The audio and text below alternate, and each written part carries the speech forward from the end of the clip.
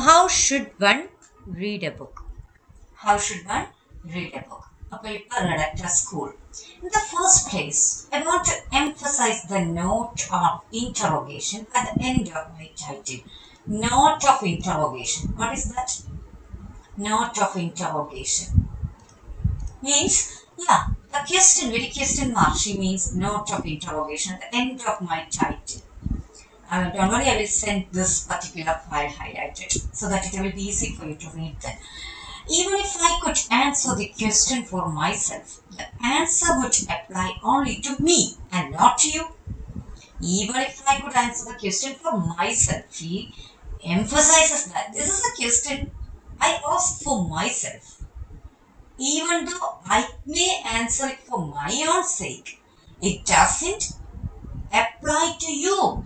You don't have to take me for granted at all. The very beginning she says that I'm not going to instruct you about how should one read a book. Though the question sounds like instructory kind, the answers we expect to be of an instructory mode. That's not what I'm going to do. The answer will apply only to me. Only to me means to Virginia Woolf and not to you. It's not going to be applicable to you. The only advice, but I would like to get you an advice. That is indeed that one person can give another about reading. Not just me, not just Virginia Woolf, but any person can give only one advice to another one about reading. About reading, only one advice is possible as far as Virginia Woolf is concerned. Is to take no advice. Take no advice at all. You should not take any advice. That is the only advice I would like to give. To follow your own instincts. To follow your own instincts means you have to follow your own instincts. Your own interpretation, your own understanding. Whenever you are reading whichever book, whichever type of literary genre, to use your own reason. No other interpretation, no other advice, nothing should be taken. To come to your own conclusion, these 4 points are very important. Very beginning she states that. To come to your own conclusions. Someone might have already read the book you are reading. The person might have given you a view of that, view on that. But that should not be yours. If you come to the same view, same interpretation, you should have the conviction that it's not because the other person had told me, but because I feel it like this. That's that much important it is to keep individuality in your approach towards any work of art, especially literature, especially books. If this is agreed between us, if this is already agreed between us, this is a condition on my part that you are not going to take any of my commentary upon reading, writing. You should not take me seriously. That's what the essay says. It's a very different term. Then I feel at liberty to suggest, liberty to put forward a few ideas and suggestions. It's about giving an idea or suggestions. It's just about suggestion. Suggestion is different from advice. Hope you know the difference. A very few ideas. Because you will not allow them to fetter that independence. So there is no fettering of that independence. Because of my suggestion, you should not be fettered in between, chained in between. Oh, Virginia Woolf says like reading or approaching a book in this way or that way. So let me try with that. If you are sure, if you assure Virginia Woolf that you will not take my suggestions in that way, I will get some ideas, a few ideas that I feel to be worthy to be discussed. That's what she says. So flexible and stand on the part of an essayist. That's all.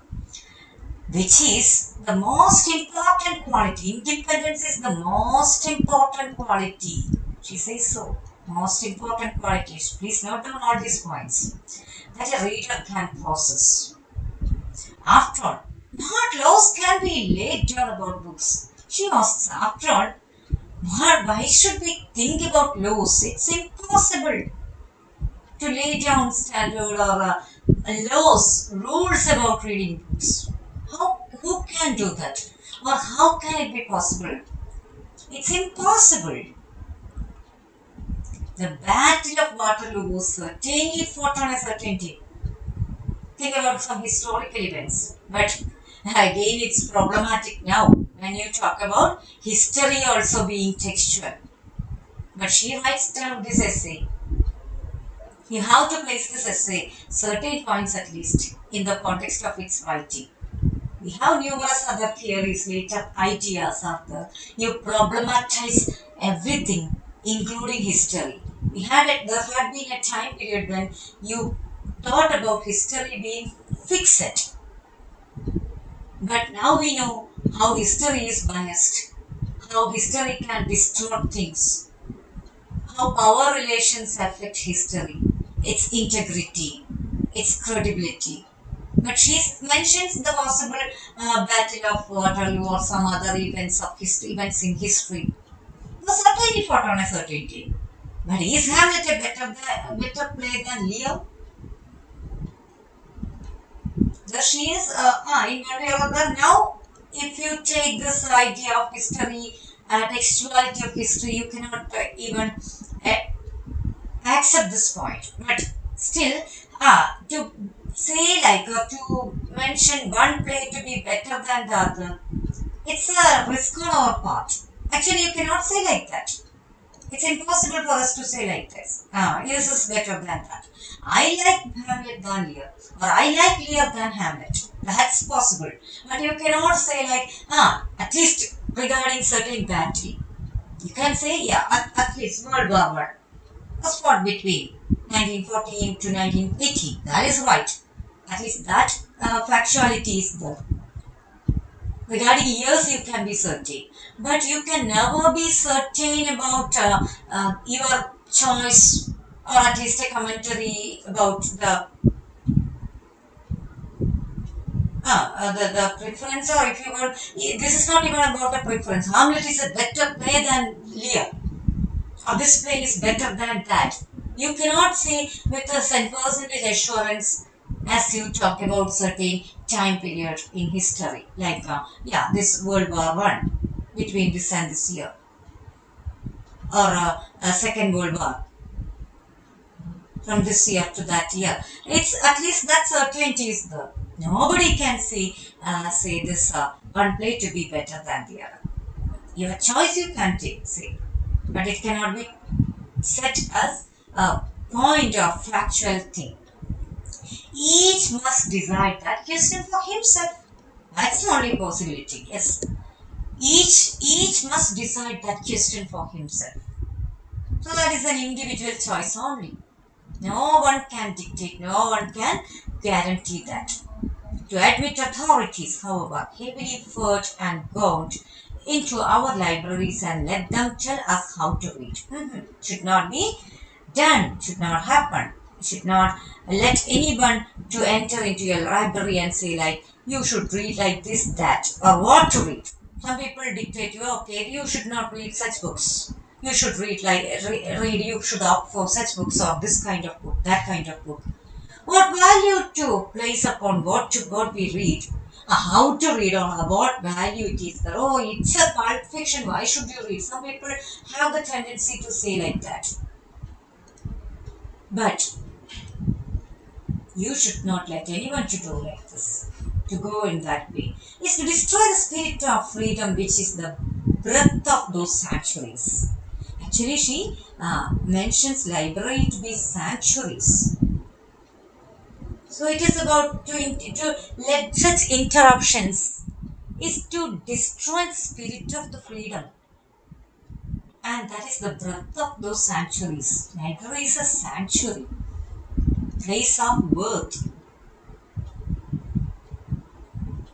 place of elegance, and the spirit of freedom itself is the utmost important part of it. And you should never destroy that spirit of freedom, the breadth of those sanctuaries, by allowing interruptions and unwanted instructions in the context of or in the act of reading. Okay, so we shall stop now and shall continue in the next session.